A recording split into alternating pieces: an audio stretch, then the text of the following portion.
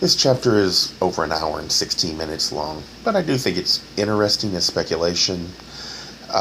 So I'm going to go ahead and do it. I won't put a whole bunch of comments on it, but I will point out things that are similar so that maybe it might make some sense. But there won't be any other comments. Okay. Anyway, Kolbrin Bible, Book 5, Chapter 34. It seems to cover the whole 18th dynasty. And the 18th dynasty is classified as the first dynasty of the New Kingdom period. It boasts several of Egypt's most famous pharaohs, including Tutankhamun, the Thutmose dynasty for the 4 pharaohs named Thutmose. Its famous pharaohs of that dynasty include Hatshepsut, Akhenaten, his queen Nefertiti, and then there was King Nefertiti, which I assume they believe is the iconic Queen Nefertiti. MAN 3449. I have mentioned the surviving son of the king, one born under the darkest cloud, the secret of whose ill-omened birth had been unrevealed, though it was known to a few. Some of these were antagonistic to the new form of worship proclaimed by the king, and they used this knowledge to their own advantage.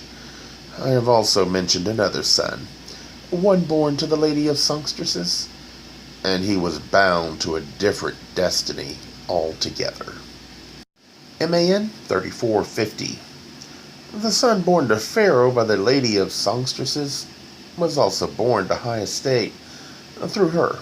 I will not record his name, lest even now it be used with evil intent, for it is a name of power. I will not disclose his titles, but call him just what he was, the Master. MAN 3451.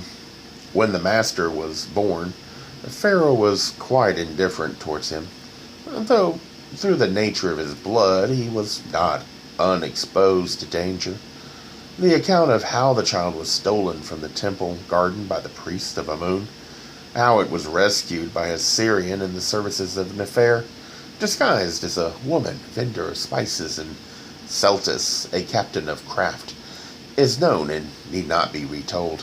However, though it is true that the child was carried away by a vessel, he was not taken to the lands of the Hinbru.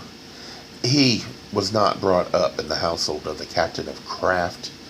The child was left at the temple of Anthar in Splendor, where sweet waters kissed the bitter and brought back to the city of the horizon at dawning.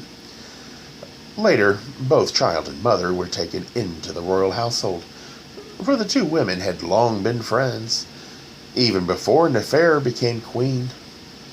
Yet Pharaoh knew not that the man-child within the household of Narfare was his, for the tale had been put about that the son of the lady of songstresses was dead.